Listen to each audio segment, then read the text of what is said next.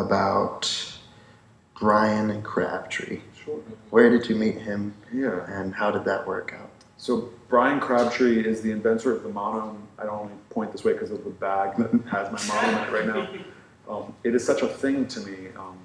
It's kind of my everything when it comes to performance. But Brian Crabtree and Peter Segerström, I want to say they both went to school together, but in 2003, after I've already put out my first record in 2001 called Invention, it's early 2002, something like that, but I got booked for a gig in Southern California, in San Diego, and it's him and Peter Segerström and a few others in this electronic music program at San Diego State, I want to say, and they have a really interesting emphasis on, for whatever reason, on like music technology and production of that technology. So Brian is working on an early prototype of the Monome at that time, and I'm messing around with all these like live sequencers and which sequencers at the time? Like the SQ16, the Music and More SQ16, I think, and the Morpheus.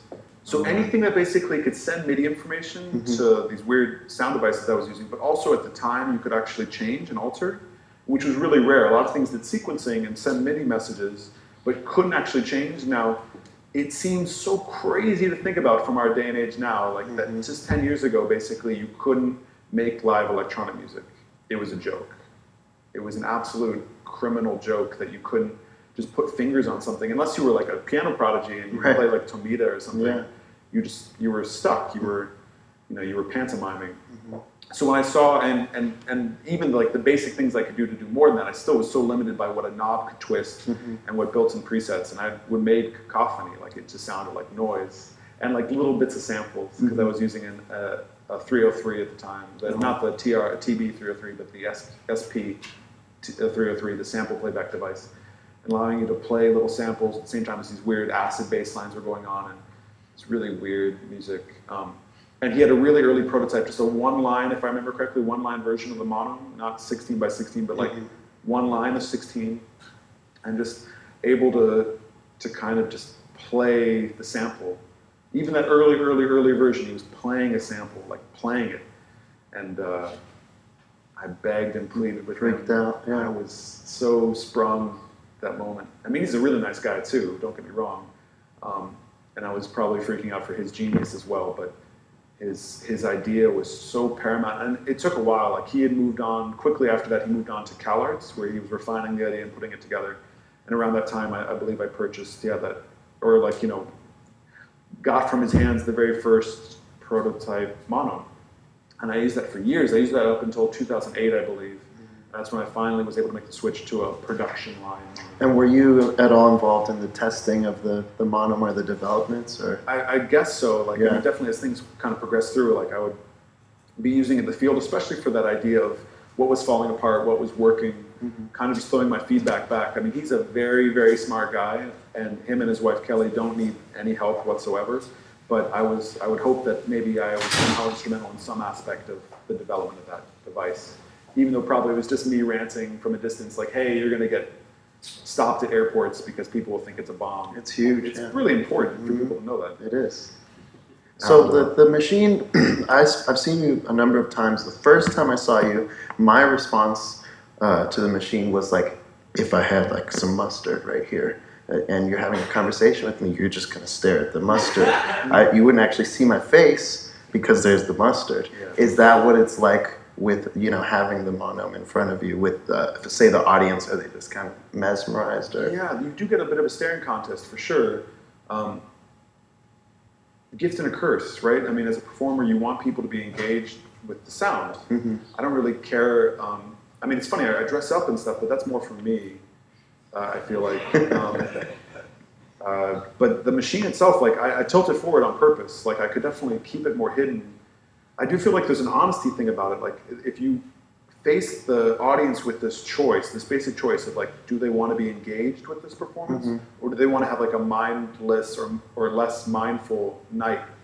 Like a lot of DJ culture is. Like a lot of DJ culture, you see the hand movements maybe, or you see the guy pumping his fist and twisting a knob or something, but it's not begging that question of like how much interaction do you want to have versus this other kind of performance idea. I think early on, especially when the Monome was a lot more novel as a concept, like buttony interfaces just weren't prevalent as they are now. People really having no idea, I think it forced them to maybe be a bit more staring, and now things are a bit more free, but maybe I'm just fooling myself. Maybe it's just always like that, and I've just grown used to it myself. I mean, hopefully you guys, the audience, will have some kind of idea of how they fit into things. The stare The stare down. It's funny, I've been feeling it again more so with doing more visual shows. I have some kind of bespoke visual shows I've been working on, and it changes the nature of the interaction. Just the air in the room has changed when you have something, this kind of grand device that people are staring at in a real fundamental way. Can you talk a little about the visual setup you're doing? Yeah, I mean, especially I've done 2 bespoke visual shows like this way. One of them called Archimedes and one of them called Chaya. And I know it's silly to have these kind of words and names, but we all pick silly words and names. Yeah. So I'll focus on Archimedes more so because it's more of the grand vision kind of realized. And what does that look like? It's a wall of moving mirrors, robotically enhanced moving mirrors. The largest one we do is 24 mirrors. It's kind of in a diamond shape behind me. It's a lot. Visually, it's a lot. You know, you're faced with the audience both being able to see themselves. My performance is a bit enhanced in the same way it's informed. The machine itself is forming shapes and casting light in all these interesting ways. It's a big visual show, and I've only done it. I haven't done it hundreds of times. We've only been able to execute it a number of times. But it does. The audience tends to stare at themselves. I mean, I think everyone... Oh, because you can see yourself in the... And you can see parts of the room you never thought of, or you can see the person next to you in ways that are different. And then the thing itself has a lot of visual character in that way. Yeah, I'm still getting used to it as a performer. I'm still getting used to the attention being moved around. The sound, how it itself changes when people's attention... Yeah, because it has to affect the audio.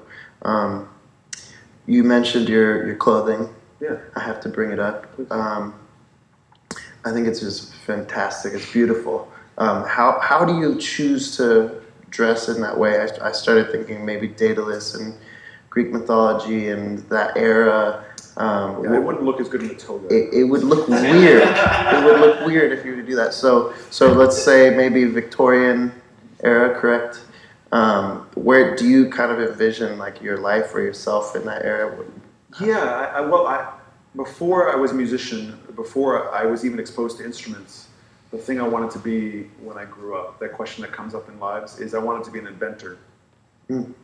My middle name was Alva, before names get changed and stuff. And the only other Alva I was really aware of as a kid was Thomas Alva Edison. And him being this great inventor, but also a cheapskate and liar and scoundrel in these ways.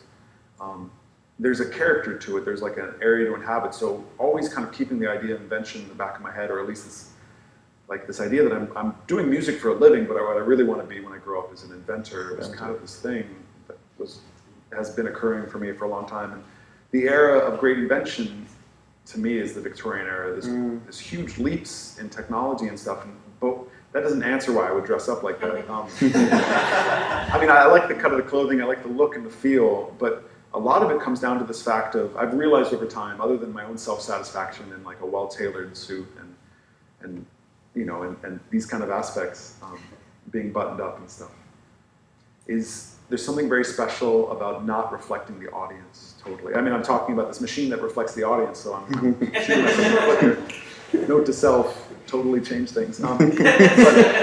But not being a direct reflection of the audience, not giving them an expectation of themselves, not making something banal. Like there's something about, like when I first performed, I would just be wearing my street clothes, and I just would literally walk from the audience onto stage and play. And sure, that gives a focus on the music, but really there's no dividing line, which is beautiful at times. I know a lot of performers that they wear that very well. They are the people in the audience. The audience feels like, as any of the producers in the audience feel like, I could inhabit that stage, I can be that person, because I see that. And that's cool. I totally respect that, but I also really like this idea of the stage as this separate space, this hallowed ground that you respect fully. And that when you go up on that stage, you are like, somebody paid, even if it's like 50 cents to be in that, or they got them for free, for God's sakes. Like everyone in LA wants to be on every list ever. You actually, you're in that room and you are giving that person your focus.